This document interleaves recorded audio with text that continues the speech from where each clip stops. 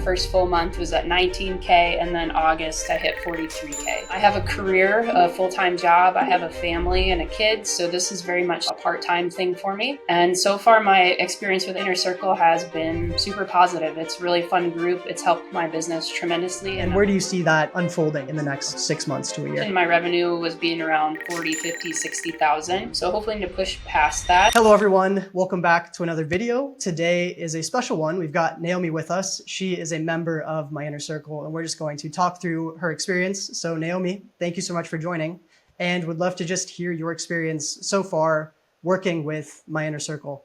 And you can keep this one pretty brief. We'll delve into more of your journey as we kind of go on into the video. For sure. Thanks for having me. So my name is Naomi. I started selling on Amazon in October of 2023. I joined the Inner Circle June of 2024. I have a career, a full-time job. I have a family and a kid. So this is very much so a part-time thing for me. And so far my experience with Inner Circle has been super positive. It's a really fun group. It's helped my business tremendously and I'm excited to talk about it today. That's obviously great to hear.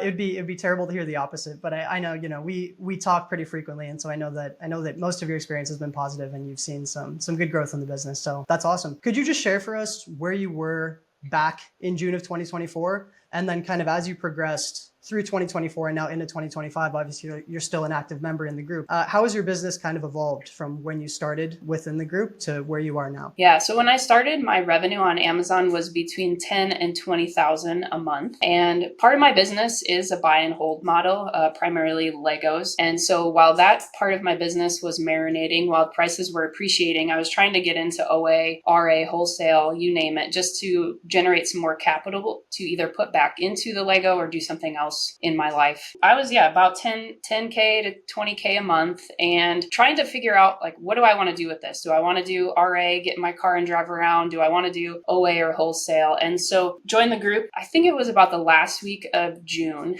And then my revenue in June, I just looked this up, was 11K. In July, so it would have been my first full month, was at 19K. And then August, I wrote these down in my notes, August I hit 43K. So pretty quick, jumped up. That was mostly doing OA and some wholesale. So that really obviously helped my revenue and my profit. And also just helped me streamline, how do I source with the least amount of time possible while still growing my business. Yeah, I think that's super important because you're familiar with most of the group members. Most people have a full-time job. They're either a student or they're working full-time. And when I started, you know that I was working full-time. And so I think that is super important, is just figuring out what is the most time efficient and then also capital efficient way in which you can find product. And I think that's a big emphasis. So yeah, going from 11 to 43, you said in just a couple of months. Part of that also, I like to be fully transparent as much as I can. Part of that is circumstantial, where you joined at a perfect time right around when you had Amazon Prime Day and you had July 4th and you had these big holidays. But I think it just sort of highlights that timing is important. And then also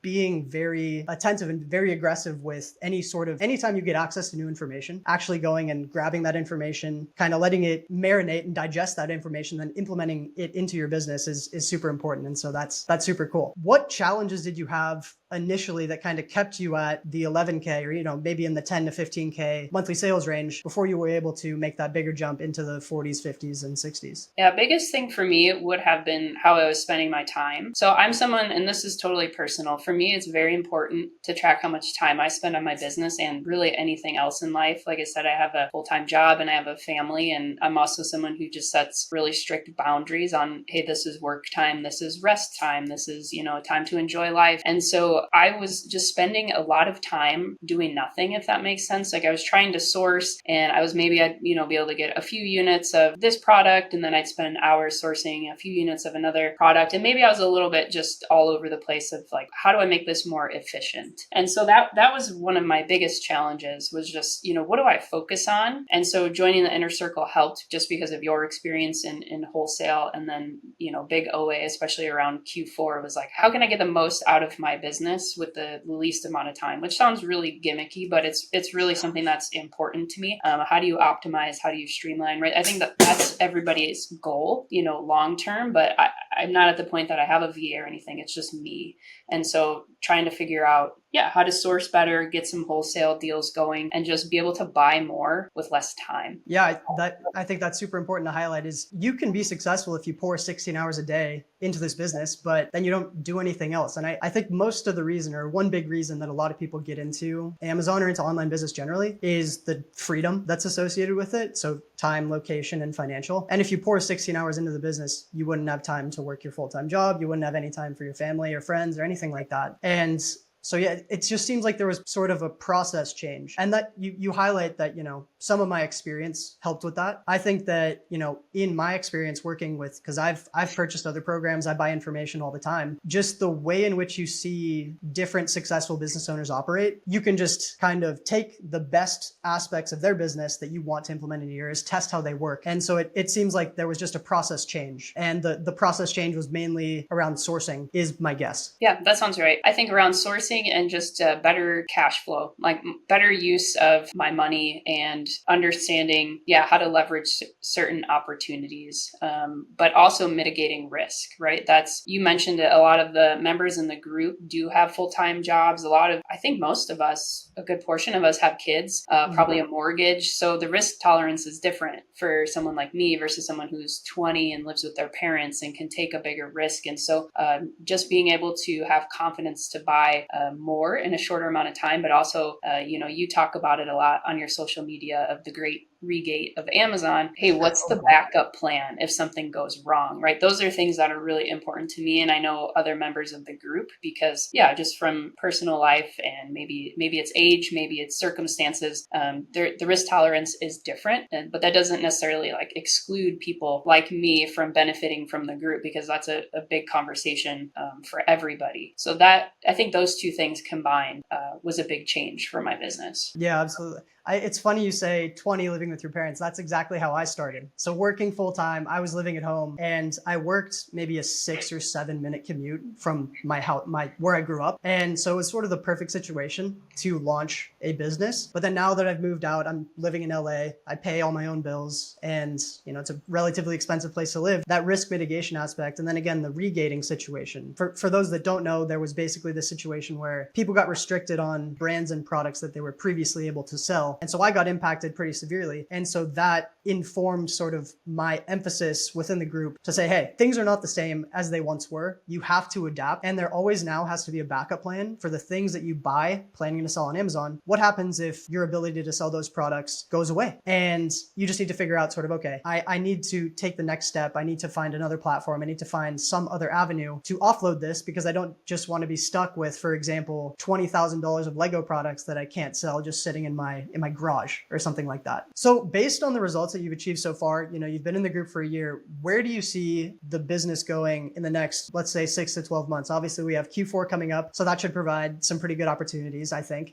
But what is your goal with the business at this point? And where do you see that unfolding in the next, 6 months to a year? Sure. So my goals have changed even since before I joined and throughout the time I've been in the group. I would say right now my focus is to kind of scale up through Q4, just take advantage of the market. And, we mentioned my revenue was being around 40, 50, 60,000. So hopefully to push past that as well as profit, right? Revenue up, profit up, I hope. But that's also a really comfortable place for me. Like I said, I don't have a VA. Right now, I don't even have a prep center. It's just all me right now. And so that level, it feels sustainable for the time I want to put in the profit that I'm getting. So I'd say over the next year, I do want to, like I said, push up through Q4 just to take advantage. And then from there, probably kind of simmer back down around this area. Goals for me, like I said, are always time. And so I feel like if I can get a little bit more efficient, but keep the same numbers, that would be excellent. But of course, things always change. I could, always jump into getting getting a VA or things like that, and then really start to take advantage of working less as my business grows. But I think Q4, it's hard to set this business aside, right? I've thought about stepping away because when I started, some of my main goals were I had a dollar amount in mind. Hey, if I can make this much money from my business, then I'm just going to wind down and be done. But as I become more efficient, and the group's a big part of that, it just seems silly to stop at this point, especially with Q4 coming. It's like I can spend, right now I'm spending about 30 minutes a day, and I can make money doing that. So why stop? Yeah, I mean, it sounds like a pretty awesome setup. So in terms of no prep center, that basically means you don't send your products somewhere else. You purchase them and they come to your house, you procure them and you send them off to Amazon. So that's a pretty sweet setup. And then no VA, that just basically means you're a true solopreneur currently. VA is just virtual assistant, usually someone overseas in the Philippines or India, for example, where you can typically pay less than the minimum wage in the United States. And they still earn a fair wage for the living conditions in that country. So yeah, being a solopreneur, spending 30 minutes a day and doing, what is it, 30, 40, $50,000 in sales and making consistent profit seems like a pretty sweet setup. So yeah, definitely hard to take a step back from something like that, at least in my opinion. In terms of the inner circle, was there anything that surprised you or maybe any misconceptions about the group that you might have had? Obviously, there's a lot of people that offer different info products and different sort of coaching offers on the internet. So is there anything that just surprised you about? Yeah, I didn't really know what to expect, right? I think the more popular groups out there, meaning just they have more members, are your typical, big group on Discord. You pay a monthly fee and then you can ask questions and interact with people, but your answers might come from other members or maybe the staff. And it's a bigger group. It has a different purpose. And so the inner circle is, more of a mentorship group, a very small group. And obviously you are leading the charge there. So I didn't really know what to expect going in. I knew that, hey, there's a financial commitment and investment into this. So I am expecting to get something more than, $100 a month to join a Discord with, 5,000 people in it. So I think the most surprising thing to me, I think was right when I joined, was at the end of June. And then I remember it was 4th of July, I was hanging out with my family and I get a phone call from some random number and it was you. And you're like, hey, happy 4th of July. Do you have 5 minutes? Yep. And it was like, hey, go buy this product, right? I found something. I think it's time sensitive. Go check it out. Go get it. And, the inner circle is not a leads list group. Like that's not the main purpose, but there are a lot of opportunities that have come up like that, whether that, is directly from you or another member. So that was surprising. It's just like knowing, hey, right away, I'm going to have an opportunity to not only make my investment into the group back, but do so very quickly. So that was a good surprise, right? Something that I didn't expect. As far as misconceptions, like I said, I didn't really have any big expectations. So I don't really think I had any misconceptions, but, other things that are surprising too. And I think this happened organically is just, getting to know some of the other members and, just having good relationships with them as far as, leads or helping each other out with things. That's a huge benefit for someone like me, like I said, who doesn't spend as much time. I can, a few members and I have group chats and leads back and forth and things like that. Just very like-minded people in similar situations. So that was a welcome surprise. Yeah, no, awesome. That's something I also didn't really expect, to be completely honest, in terms of how open people are in terms of sharing stuff. I've always been a big proponent of it, but I think when I first started, I'd sort of imagined I will be providing a lot of the service and I will be doing a lot of things with members one-on-one directly. But I think it really evolved, and it probably evolved maybe 3 to 6 months after you joined to where people were just very open and collaborative. And I think that just keeping the group small, making sure that it's a very tight-knit community, jumping on weekly calls, pretty high participation rate for those calls, and just understanding everyone's different goals. I think it is very important to have a goal in mind. And so I think everyone within the group understands each other's goals, understands that they're there to make money, and just helping each other along that journey. I think it's been super beneficial for everyone, been beneficial for me, to be completely honest, and has just made, the experience super cool. One other question I have is, we're about to head into Q4. And if you could just give sort of your experience with past Q4s, what Q4 is in general, what that kind of opportunity means and why it might be important for someone to act right now if they're just getting into the business, or if they're someone who has been, in a plateau and on the fence about maybe joining some group like this, for example. why it would just be important for them to take action on those feelings right now. Yeah, so Q4, quarter four, last 3 months of the year, that's when everyone's doing their holiday shopping. So my first Q4, we'll start with that, right? I was brand new. I started in October, and I had heard how awesome, Q4, you're going to make all this money and all your stuff's going to sell. Well, I was too new. I wasn't ungated and things, so I couldn't sell, the things everybody was talking about. And I also didn't really know what I was doing. So last Q4, obviously a lot more successful. I'd say it's exciting just from a sheer velocity standpoint. You sell a lot more because everybody's shopping, which also means that the prices are going to go up on your products. I would say it's important to act now because two things can happen. You can fall into the it's Q4, buy as much stuff as you can, go crazy. You're gonna, make a ton of money. You can fall into that camp, which can be dangerous if you're not buying the right thing, because some things are a little bit seasonal. Other things, the price, you might think it's going to sell for $100, but maybe you were late or there was too many sellers and now you're going to have to sell it at a loss. And so I think if you haven't experienced a Q4, or like you said, are stuck and you want to invest more capital, or you want to grow, during Q4, I think it'd be good to get some guidance on, hey, I've never spent this much, or I've never bought this much inventory. Good luck to me just going blind, because I have, personally have those products, whether it was back to school or a Q4 thing where I, thought I was a genius and going to make a bunch of money, and it ended up, not making as much as I thought, because I just fell into the hype. So that can happen. But also you can have the opposite, which is what I felt like my Q4 was last year, where you didn't buy enough.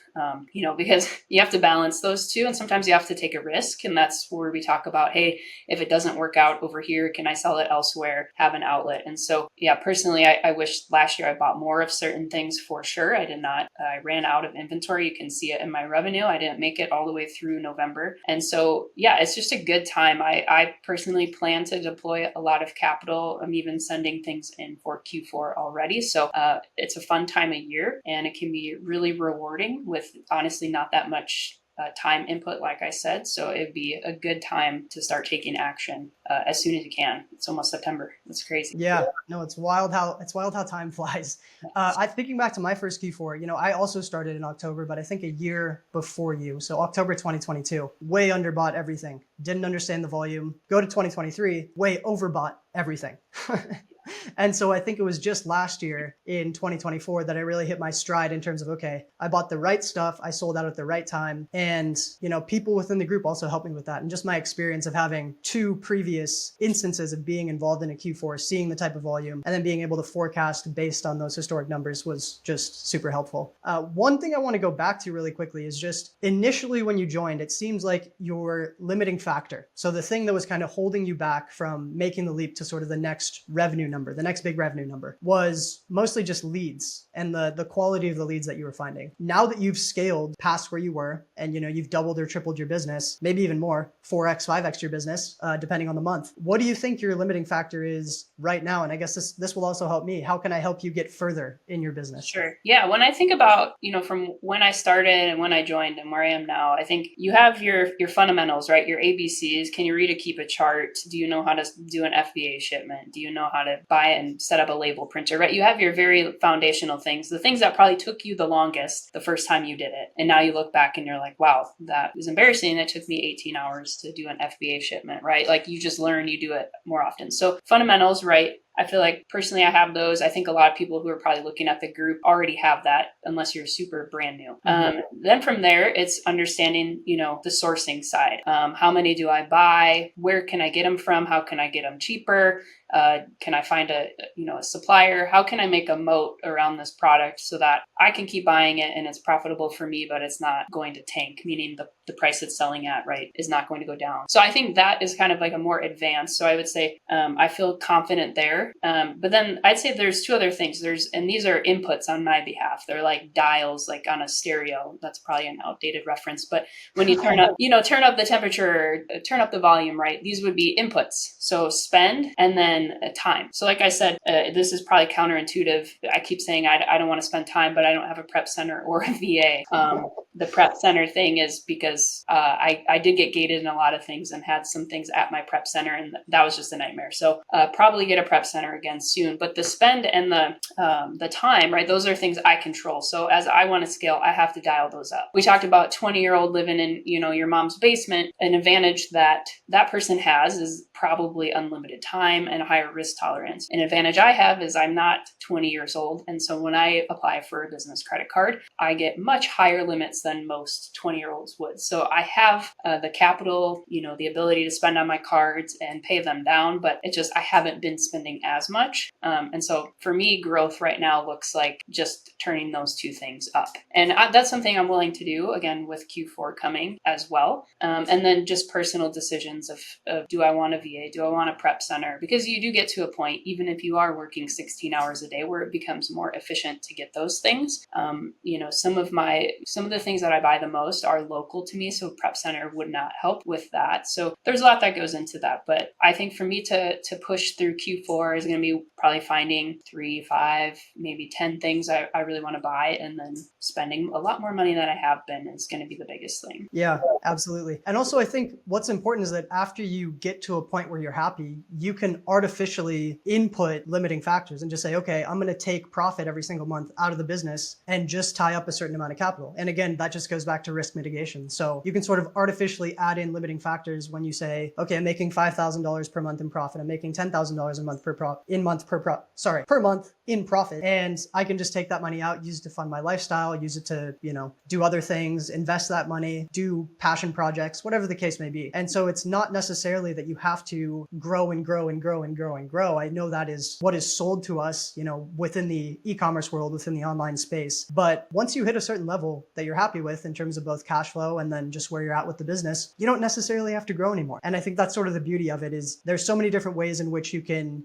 be a seller. You can buy and hold. You can do quick flips. You can try and scale as much as you possibly can, being the largest e-commerce platform in the world with Amazon, or you can take a more measured approach and just consistently make decent cash flow, or, very solid cash flow. $5,000 to $10,000 in profit per month is nothing to scoff at by any means. And it's sort of just plug and play depending on who you are, where you are in life, all these sorts of things. So very cool.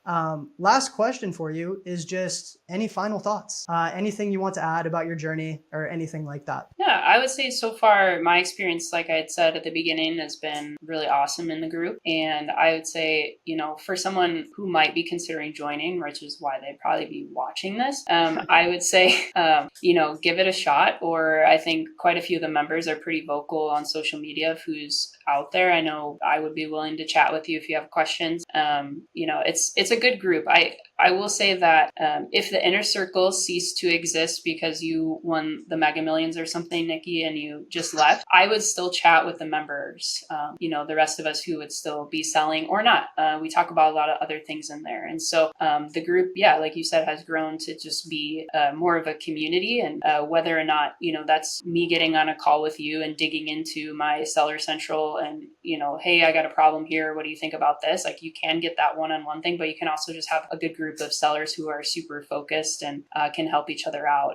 And like you said, because everyone has different goals, I think that is why everyone's so open to collaborate. Like I said, there's some things that I don't sell because I'm limited on my time or ability to prep that I might find. And then I just send to the group, like, I'm not even going to sell this or buy this, but looks good to me. You guys go crazy. So lots of opportunities in there. It's a fun group. Hopefully it doesn't get too big, so I don't want to talk it up too much, but I'm really happy with it. I'm going to be in it as long as it's around, and looking forward to meeting anybody else who joins so we can have a good Q4. Yeah, awesome. Well, thank you so much for that. Really appreciate, the kind words. Final thoughts, everyone. I do have a free group. And so obviously the Inner Circle, which Naomi is a part of, is a paid group. It's expensive, to be completely candid, and it's for a reason. We keep it small. We're not going to blow it up too big. Don't worry, Naomi. But the free group, there's going to be a link down below. And again, that just goes back to sort of the ABCs, as Naomi indicated. You can learn all the basics. And so with that, you can go and you can probably scale to $5,000 to $10,000 in sales per month just with that free information. I'm pretty active there. You drop a message, I'll respond. And then if you would like to join the Inner Circle, which again, Naomi is a part of, you can contact me. And the best way to do that is joining the free group and then responding to one of my messages in there. So thank you so much for watching. Naomi, thank you so much for being here. Can people find you on social media? If so, where should they find you? Yeah, I am on X, but embarrassingly enough, I don't know my handle. So join the free inner circle, the whatever your free one is called, and I can message it out in there. I'm 99% sure it's at LL Fulfills. I But think so too. regardless, yeah, one way or another, we'll put the link up here somewhere so that you guys can go and follow Naomi. Yeah. But yeah, thank you so much for being here, and I will see you guys all in the next video.